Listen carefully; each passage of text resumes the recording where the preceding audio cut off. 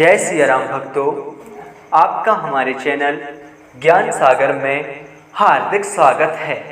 आज का कमेंट लिया गया है श्रीमान सतीश परिहार जी का, जो कि ग्राम चकरा, परगना कोलारस, जिला शिवपुरी, मध्य प्रदेश के रहने वाले हैं तथा इन्होंने अपने कमेंट में एक बहुत ही सुंदर पहेली को लिखा है, जो कि इस तरह से है।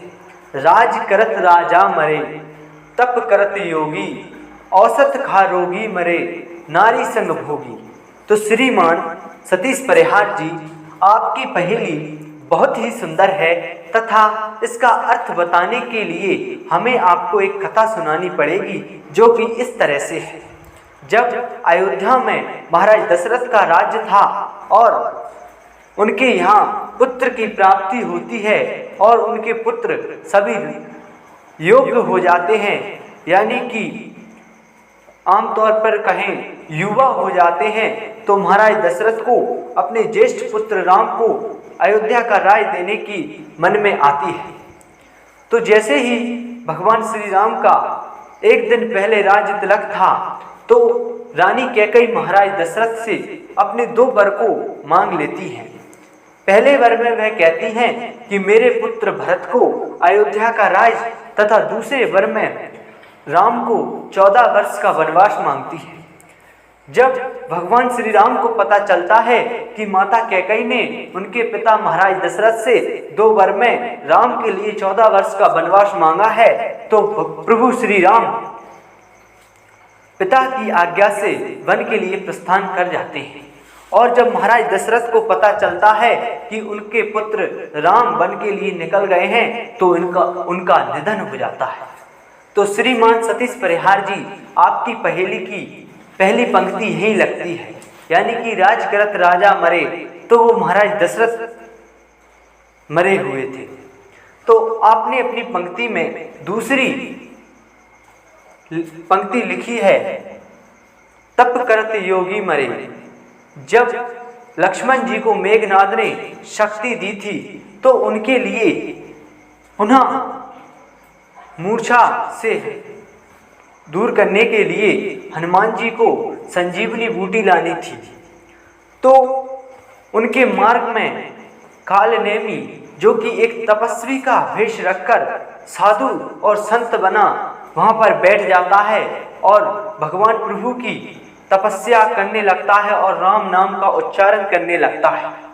तब भगवान हनुमान जी को पता चलता है कि कोई प्रभु श्री राम का नाम ले रहा है, तो वो राम नाम की गंगा में स्नान करने के लिए वहां पर उतर जाते हैं और उनसे कहते हैं कि तुम कौन हो और भगवान श्री राम का नाम किस प्रकार ले रहे हो।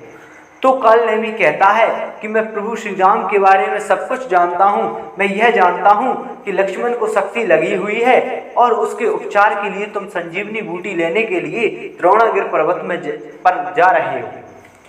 तुम अगर मेरी बात मानोगे तो मैं तुम्हें शीघ्र ही द्रोणागिर पर्वत पर पहुंचा दूंगा, जिससे तुम्हें शीघ्रता होगी। पहले जाकर तुम गंगा में स्नान कर आओ, फिर मैं तुम्हें वह मंत्र बताऊंगा जिसके द्वारा तुम द्रोणागिरि पर्वत पर शीघ्र ही पहुंच जाओगे। तो जैसे ही हनुमान जी गंगा में स्नान करने के लिए जाते हैं, तो पीछे से उनको एक मगरी पकड़ लेती है, जो कि एक दिव्य आत्मा थी, और भगवान बजरंगबली ने उसके दोनों जबड़ों को पकड़कर उसको चीरकर उसका उद्धार करते हैं। तो वह बताती है कि हे बजरंगबली, आपके मार्ग में जो रुकावट है वह कालनेमी तपस्वी का भेष रखकर तुमको विलंब में पहुंचा रहा है। तो जैसे ही हनुमान जी को पता चलता है कि जो तपस्वी के भेष में जो भगवान राम के तप कर रहा है वह एक निशाचर है, तो हनुमान जी वहां पर आते हैं और उसको वैकुंठ धाम पर पहुंचाते हैं, क्योंकि वह अंतिम क्षणों में भगवान श्री राम का नाम ले रहा था।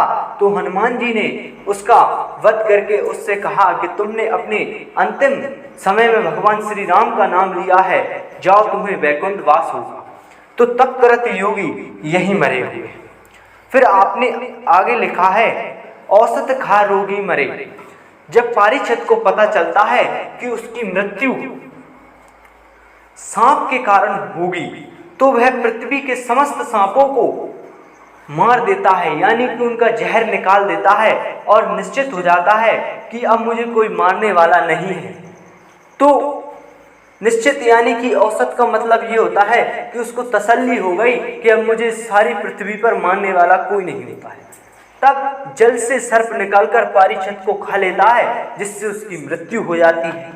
तो औसत खा रोगी मरे, यानी कि पारीक्षत थे वो औसत खा के मरे हुए थे, यानी कि उनको पूर्ण विश्वास हो गया था कि अब मुझे कोई भी सांप नहीं खाएगा जिससे मेरी मृत्यु नहीं होगी। फिर आपने आगे लिखा है नारी संग भोगी।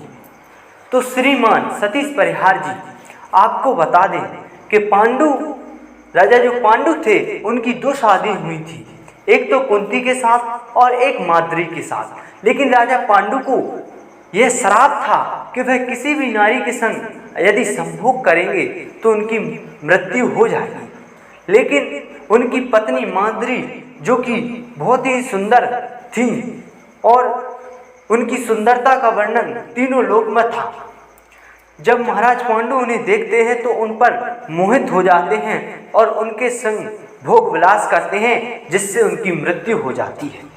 तो श्रीमान सतीश परिहार जी इस प्रकार आपकी पहेली यही लगती है।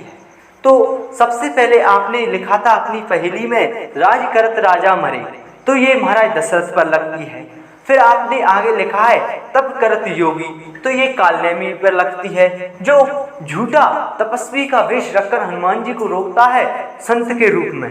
तो हनुमान जी को जब ज्ञात होता है कि ये मेरा मार्ग रोक रहा है तो वह उनका वध कर देता है। फिर औसत खा राजा मरे, तो जो पारीक्षत था वह पूर्ण निश्चय कर लिया था कि अब मुझे मारने वाला कोई नहीं है, तो एक जल में से सर्प निकलकर उसे मार देता है। नारी संग भोगी, तो ये राजा पांडु मरे हुए थे। तो श्रीमान सतीश परिहार जी आपकी पहेली का जवाब इसी प्रकार लगता है।